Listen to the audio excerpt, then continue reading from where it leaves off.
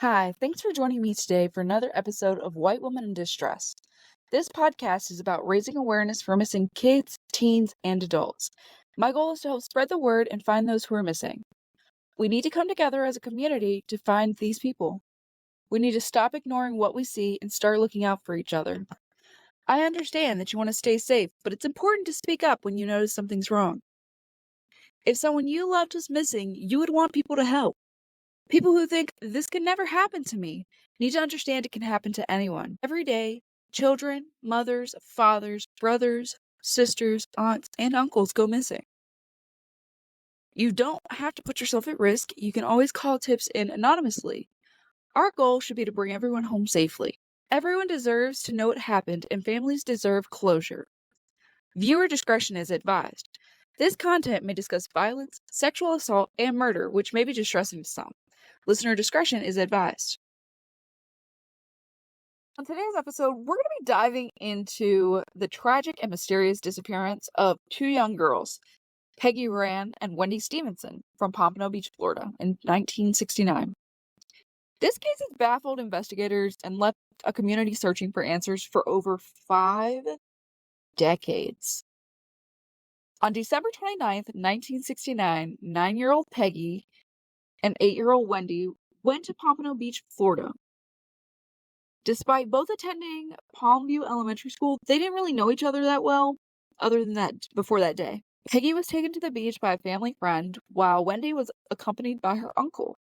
By chance, the girls met at the beach and quickly became friends. That afternoon, around 1 p.m., Peggy and Wendy decided to walk to the parking lot to buy ice cream. They were last seen near the parking lot, and a convenience store clerk later reported seeing a man buying ice cream cones for them.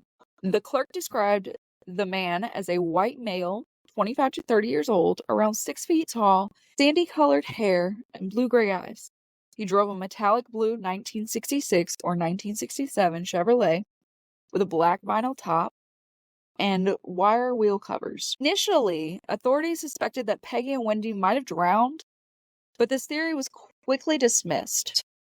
No one had seen them in distress in the water, and Wendy was known to be a good swimmer. The investigation then focused on the possibility of abduction. The family friend who took Peggy to the beach was questioned, but later cleared after passing a polygraph test. And these two girls, the fact that they met on the beach by chance, and they were both known to be good swimmers, but I feel like the family members and then the friend that took them to the beach would have definitely known if they were in distress in the water. That's just my thought, though. Because they were on the beach with them. One suspect in their disappearance was Kenneth Guy Schiltz, a serial child molester arrested 6 weeks after the girls vanished. Schiltz kept a coded notebook recording his crimes, which included an entry that said Peggy and Wendy, Pompano Beach. Despite this, authorities couldn't prove his involvement, and Schiltz died in prison in 1991 without ever being charged for the girls' disappearance. Which I really feel like he may have been involved due to the fact that he wrote their names down and their location. Because how else did he know their names? Not unless he wrote them down because he saw them missing on the news. But I highly doubt that, considering he wrote it in his victim's notebook. I don't know. Seems kind of sus to me. While another suspect was Gerard John Schaefer Jr., a notorious serial killer. He was a former law enforcement officer convicted of 2 murders, but suspected of many more. In a 1989 letter, he confessed to killing Peggy and Wendy, claiming to have cannibalized them. However, he was never charged in their case and was murdered in prison in 1995. The impact of Peggy and Wendy's disappearance on their families and the community was profound.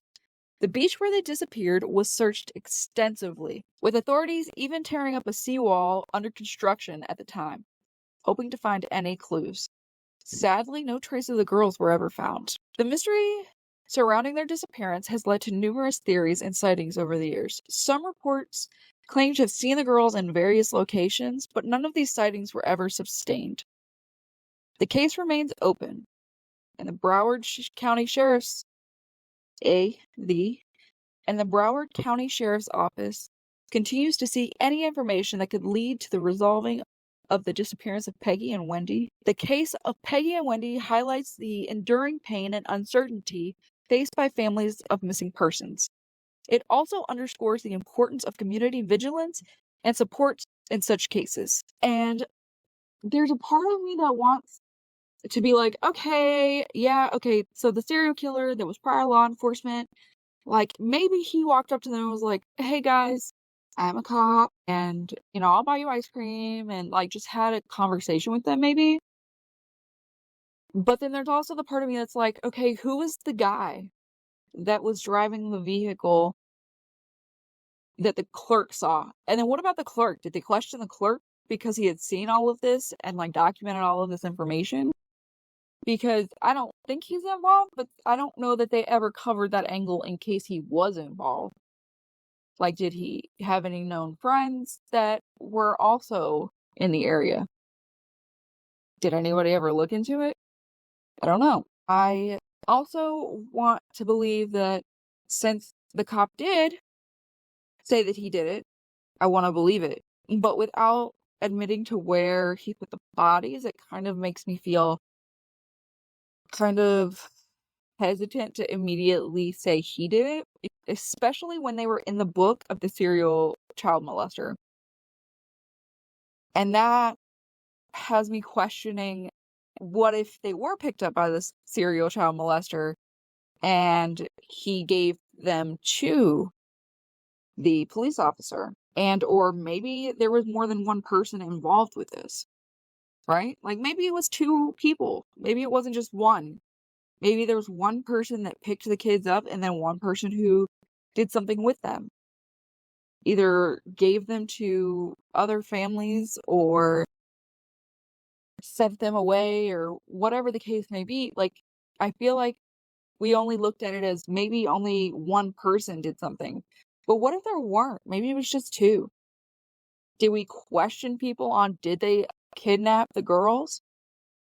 Did they buy them ice cream? Like, these are questions I would have asked during the polygraph test. Like, did you buy them ice cream? Did you see them?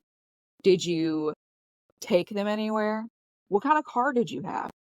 Or did you have this specific car? Do you know anybody with this specific car? Like, there's so many different things. And since people can pass polygraphs and lie, I still would have asked all these questions. I just wish that we had an opportunity to ask more questions to the people that may have been involved, but we sadly don't, because they're both deceased and they both died in prison. I really want anyone that was in the area or anyone that knows anything to please speak up. Please say something. Just call it in. You may not even have that much. If you were at Pompano Beach and you were buying ice cream and you saw these two girls, call it in and say, hey, I saw them, and I was standing behind them in line, or whatever the case may be. Just call it in, please. Please. It is wild to me that nobody even talks about old cases anymore. I'm going to give you a description of what each girl was wearing at the time of her disappearance. So Wendy Brown Stevenson was wearing a blue and white checkered bikini. She was a white female, brown hair, hazel eyes. She had a 6-inch appendectomy scar on her abdomen. She has 4 large freckles on the lower left side of her chin and a small mole on the center of her neck. Her name may also be spelled Wendy, like W-I-N-D-Y, or W-E-N-D-Y. Peggy was wearing a pink baby doll bikini bathing suit with fringe. She is a white female, blonde hair, blue eyes. She has a small scar near her right eye and a birthmark on the back of her left. She is a white female, blonde hair, blue eyes. Peggy has a small scar near her right eye and a birthmark on the back of her right knee. She has freckles on her nose and cheeks. Her 2 lower eye teeth are missing. She had between 4 and 6 warts on her hand, including one on the back of her right hand, between her first and second finger. and one on the inside of her left palm. Her hair was shoulder length at the time of disappearance. If you have any information about the disappearance of Peggy Rahn and Wendy Stevenson, please contact the Broward County Sheriff's Office at 954-493-8477 or the National Center for Missing and Exploited Children at 1-800-THE-LOST. Thank you for listening to this episode of White Women in Distress. Remember to subscribe to our podcast and follow us on social media for updates on this and other cases. Together, we can help bring justice and closure to these tragic stories. Until next time, stay safe and vigilant. And remember, if you see something, say something, do something.